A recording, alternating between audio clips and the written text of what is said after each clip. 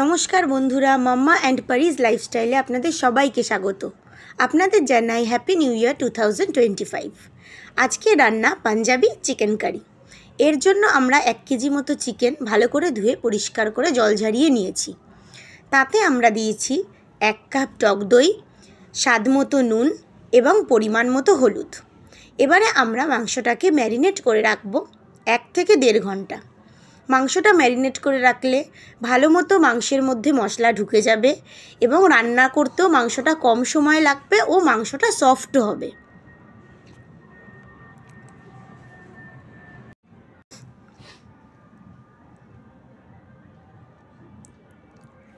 এবারে আমরা ওভেনটা জ্বালিয়ে নিলাম এবং কড়াই বসিয়ে দিলাম। এই রান্নাটা করব আমরা সাদা তেলে।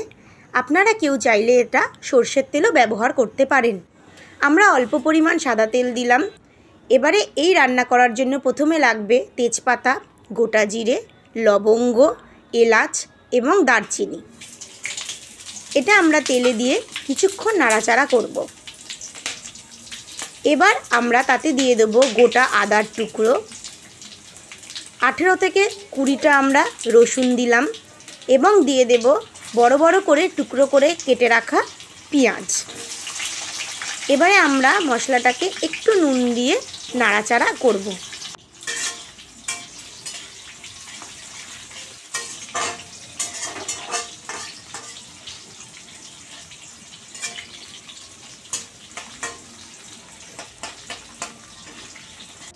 মশলাটা ভাজা ভাজা হয়ে এলে এটা আমরা মিক্সার গ্রাইন্ডারে দিয়ে দেব পেস্ট করার জন্য। এবারে আমাদের মশলাটা ভাজা ভাজা হয়ে গেছে, আমরা এটা গ্রাইন্ডারের কন্টেনারে তুলে নিলাম। এবারে মশলাগুলোকে ঠান্ডা করে আমি একটা স্মুথ পেস্ট তৈরি করে নেব। এবারে আমি কড়াইয়ে আবারও একটু সাদা তেল দিলাম।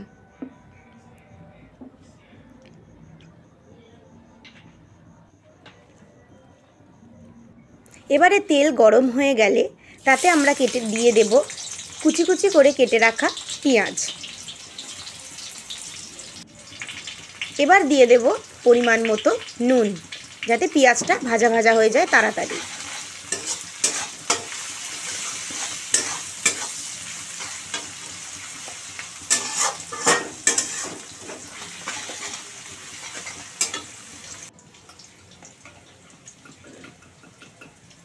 পেঁয়াজটা ভাজা ভাজা হয়ে এলে এবারে আমরা দিয়ে দেব মশলার পেস্টটা।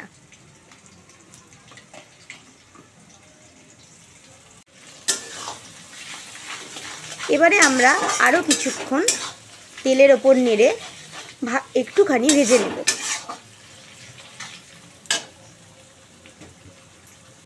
এবারে আমরা তাতে অ্যাড করব ম্যারিনেট করা চিকেন।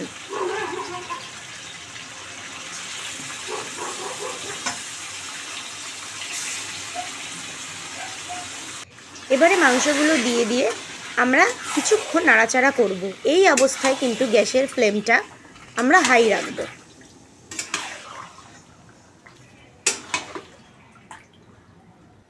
মাংসটা আরও কিছুক্ষণ নাড়াচাড়া করে আমরা ঢেকে দেব 5 মিনিটের জন্য।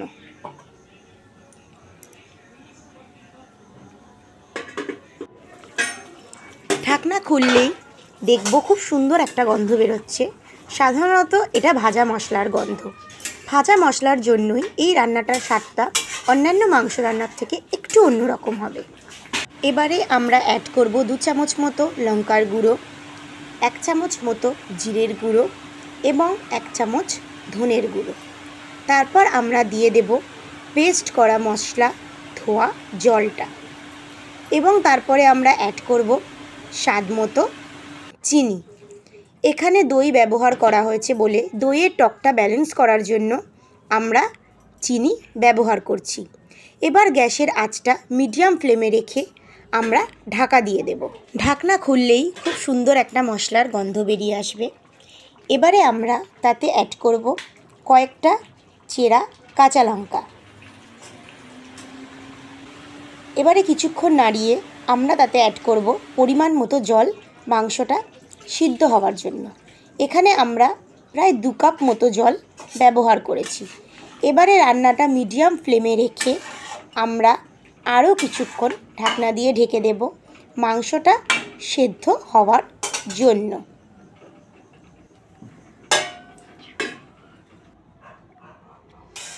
ঢাকনা খুললেই যখন ঝোলটা একটু ঘন হয়ে আসবে এবং মাংসগুলো সিদ্ধ হয়ে আসবে, প্রায় আমাদের রেডি হয়ে যাবে পাঞ্জাবি চিকেন কারি।